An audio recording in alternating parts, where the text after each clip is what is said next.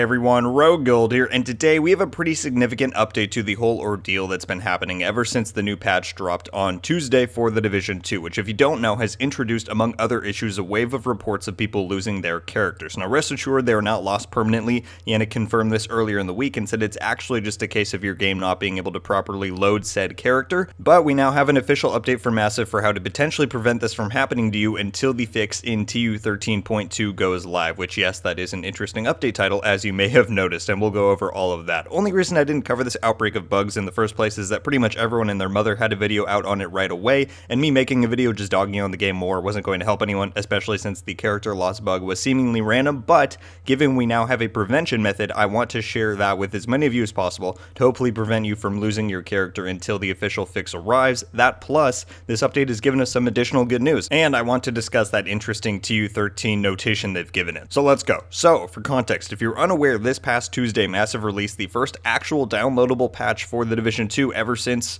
TU 12.1, I want to say. So that was interesting on its own. It's been like 6 months. It had a 3 to 4 gigabyte size, and it was fixing some prominent bugs, notably ending the Coney Island out of bounds glitch I covered a while back, as well as fixing an issue with infinite shrapnel traps related to the rigger set, and stopping the ladder glitch that was being used in PvP. Those were the goals, but unfortunately, things went a bit awry. On top of people's characters going missing, as I mentioned a minute ago, there was also a new invisibility glitch going around in the DZ, which obviously is not good, but luckily today, after a lot of correspondence on Twitter from Yannick and UB support, we have an official update on the situation with some good news, so I'm going to read that itself quickly and then bring things back here. Let's go. Alright, so this reads, information regarding the TU 13.2 update. Agent, since the release of our latest patch on September 21st, some players reported not being able to start their game session with the characters or identified some invisible agents in various game modes. These two issues appear to be connected to the same bug, and we are currently testing a client fix to be deployed in the upcoming days. We will let you know as soon as we have a confirmed date. Today, we would like to give you some further explanations about the situation and hopefully help you limit the risk of having your characters blocked before the release of the fix. Following the latest maintenance,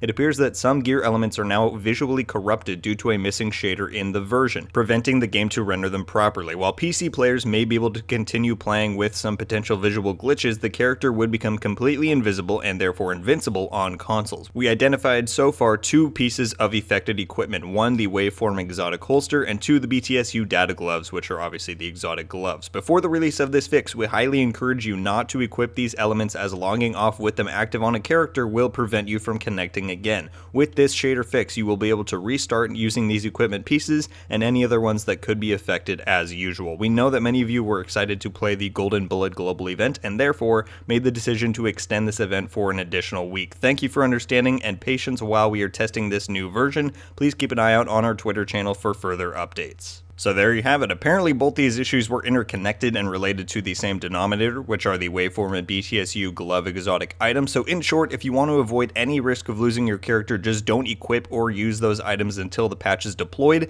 It's kind of ironic because I bet you some people immediately went to use the invisibility glitch in PvP as soon as they saw it, and then they lost their characters when logging out because it's tied to the same gear pieces. So that's a healthy dose of karma right there if you needed one. But I can confirm personally that ever since Tuesday, I have not used the BTSU or waveform at all, and I still have my character, so perhaps this is a foolproof prevention method. They list there could be other culprits that we're not aware of, but for now avoid those 2 and you should be set. Other big news here is that because of this fiasco, Golden Bullet is being extended by an additional week, which is fantastic because it's truly the best global event. If you haven't tried it before, you absolutely should. Ask anyone else and I bet they would say it's their favorite too. It's great.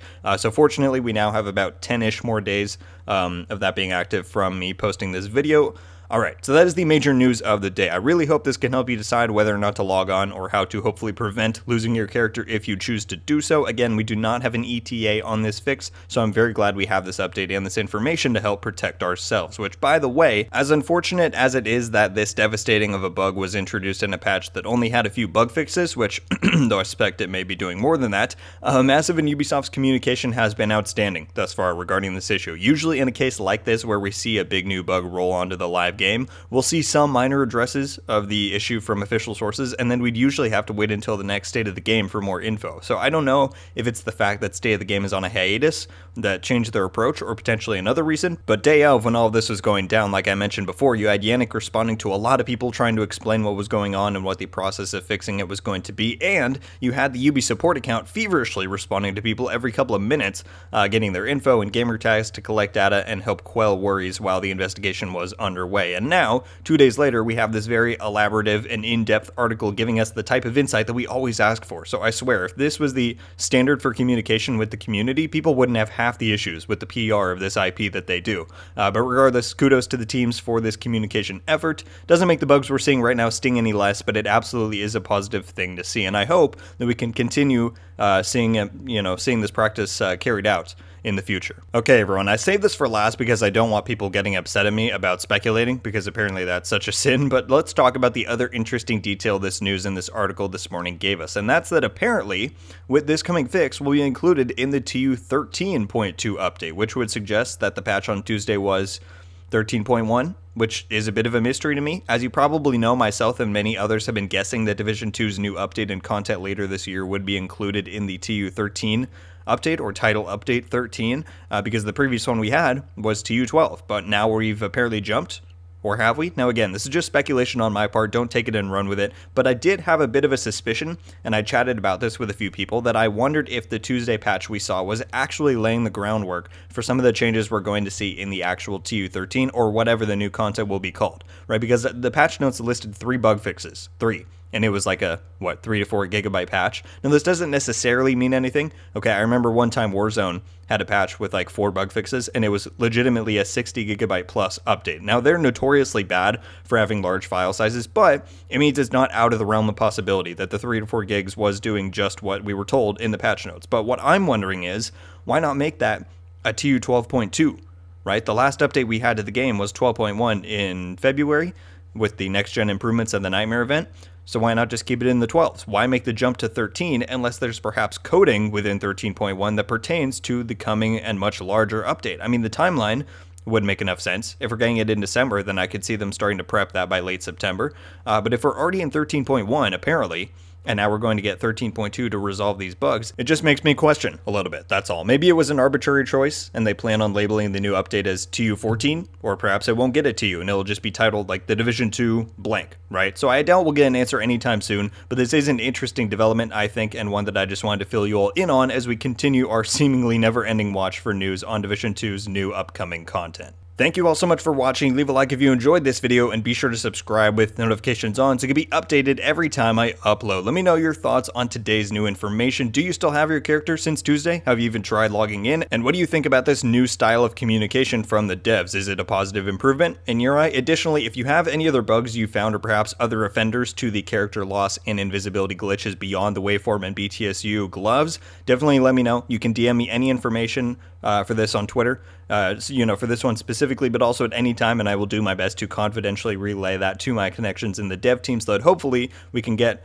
all that stuff informed to them and have it handled while having the least destructive effect on the live game. Hopefully that's what everyone wants. I know it's certainly what I would prefer.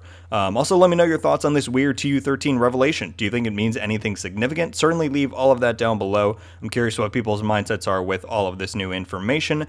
But yeah, everyone, I think that is going to do it for this one. Once again, thank you all so much for watching. I hope you have a wonderful day, and until the next one, guys, RogueGold out.